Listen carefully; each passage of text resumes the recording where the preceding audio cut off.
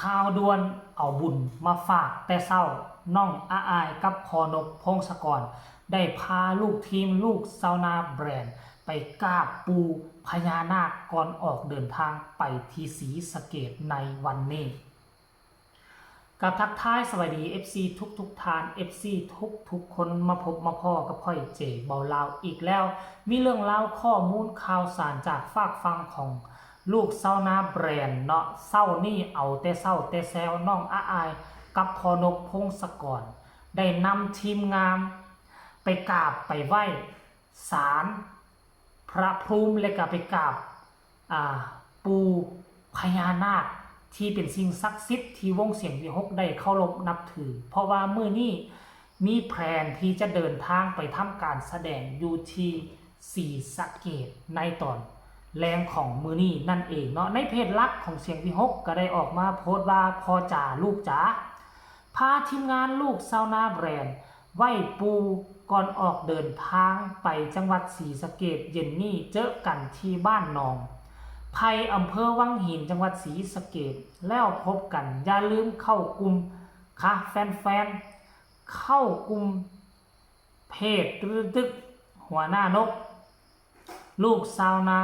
หรือกดลิงก์ได้เลยอยู่ในนี่เนาะลิงก์ตัวนี้เนาะลิงก์อยู่วันนี้ละท่านผู้ชมอันนี้คือการเคลื่อนไหวล่าสุดเนาะเมื่อวานนี้พวกเขาก็เห็นแล้วเห็นน้องอาอายกับพ่อจ๋ากับพากันไหว้ปูไหว้งาไหว้ศาลพระภูมิไหว้ศาลพระพรหมเนาะซึ่งเป็นสิ่งศักดิ์สิทธิ์ที่เคารพนับถือเมื่อวานนี้เป็นศีล15คำบ่ศีลใหญ่บ่ท่านผู้ชมแล้วมื้อนี้จะตกเป็น1คำแต่ว่าความเชื่อของคนอีสานของคนลาวคือกัน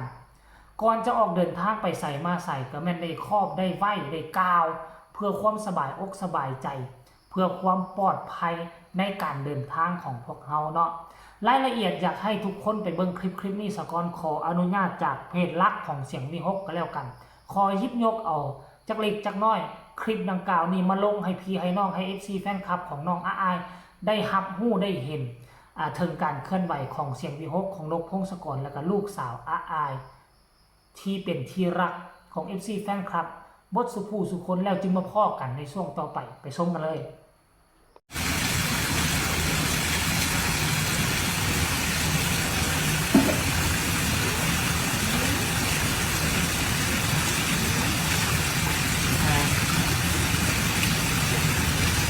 ไปเลย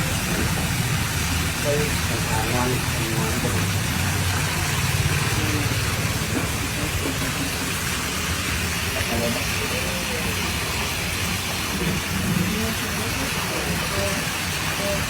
คนเก่งเนี่ยแล้วมาใส่ฟังอยู่ดี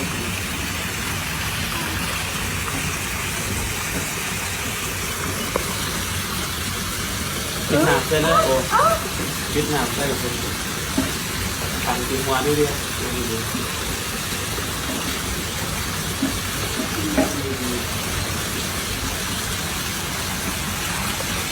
หมักเต้าหมักโอ้นอกจากมันมีปาก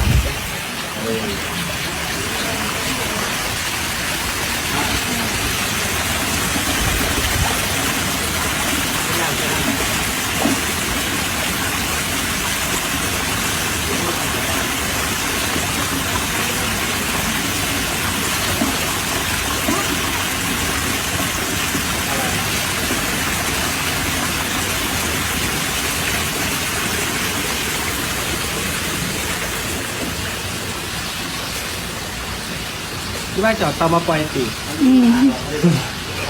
มันหนักกว่าว่าตอนว่าเห็นลำโพงของจุดตื่นเตาตัว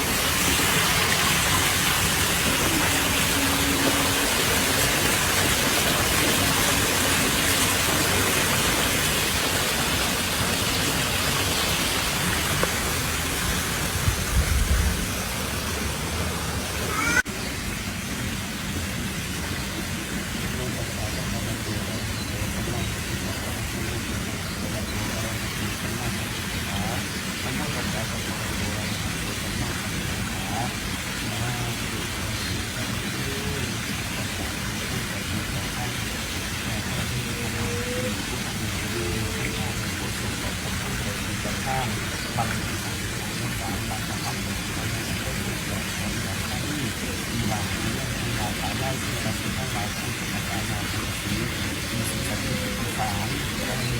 ของคุณต้องจากการที่สามดูมาดูดูด้านหน้าของเราทำมาแล้วมีตัวตนของเรา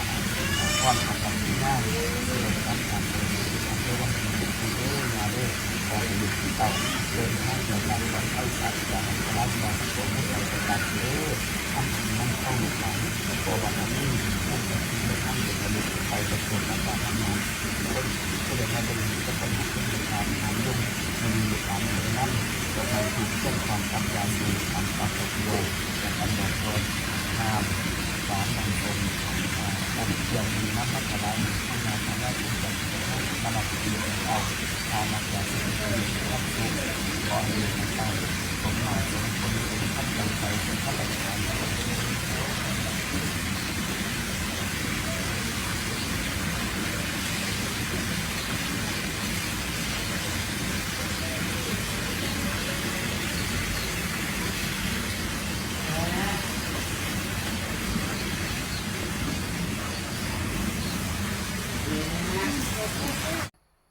เห็นบอดทุกคนบอดน้อยอายอายุเพียงแต่12ย่างเข้า13แล้วพอจ่านี่เป็นคนที่ค่อนข้างว่าฉลาดลักแหลมบ่เว้าหลายเนาะบ่เว้าหลายลงมือจับมือลูกสาวลงมือกระทำลงมือเฮ็ดมันจะดีและมันจะเก่งกว่าเฮาเว้าถ้าเฮาเอาแต่ทฤษฎีไปถมใส่แต่ละมือนี่เว้าลูกก็รำคาญไปซื้อเว้าหูนี่มันก็ทะลุออกหูนี่เพราะฉะนั้นลดการเว้าลงให้หลายหูนี่ฟังให้หลายเว้าให้น้อยลงและมือนี่นะกระทำให้มันหลายขึ้นเจ้าเว้าจัก10 คำแต่เจ้าลงมือกระทำให้มันได้100 คำ100 ครั้งแล้วลูกสาวและทีมงานของเสียงวิหกเขาจะจื้อเขาจะจดเขาจะจำว่าหัวหน้าสอนแนวนี้แล้วมันจะดีสอนแนวนั้นแล้วมันจะประสบผลสำเร็จอันนี้แหละคือความฉลาดลักแหล่งสังเกตเบิ่งว่านกพงศกรนี่ผู้นำวงของเสียงวิหกจะบ่ค่อยเว้าจะบ่ค่อยว่าพ่อปานใดบ่แท้บ่ว่าบ่เห็นเราน่ะออกมาเคลื่อนไหวเว้าแนวนั้นเว้าแนวนี้แล้วท่านผู้ชมเนาะเพราะว่าเรารู้แล้วว่าการที่เว้าอีหยังออกไปเว้าหลายมันจะบ่เป็นผลดีคนเฮาน่ะ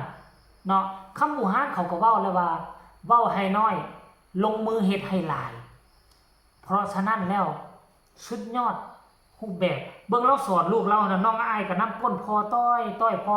บอกเฮ็ดหยังก็เฮ็ดพอนกก็นกพอนั่งก็นั่งพอยืนก็ยืนไปไหว้ปู่ไหว้ย่าก็หวังว่ามื้อแลงนี้ฝนจะบ่ตกจะได้รับโชครับลาภในการไปแสดงอยู่ที่ศรีสะเกษเอาคลิปนี้ขอฝากฟังเอาไว้สำนี้ฝากทุกคนกดไลค์กดแชร์กดติดตามให้แน่เพื่อจะบ่พลาดในคลิปต่อไปที่สำคัญอย่ากดข้ามโฆษณาพบกันใหม่ในคลิปหน้าสำหรับคลิปนี้ขอกล่าวคำว่าสบายดี